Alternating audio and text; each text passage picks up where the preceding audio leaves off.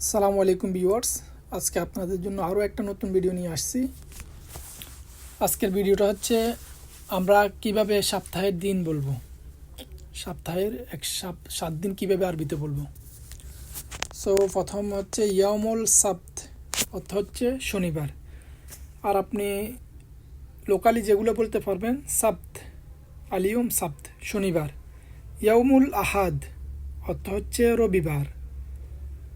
ইয়াউমুল ইতনিন, এখানে আমার ভুল হয়েছে, লেখাটা ইন্নিন, তো ইয়ামুল এটা ভুল হয়েছে, ইতনিন ইতনিন সোমবার।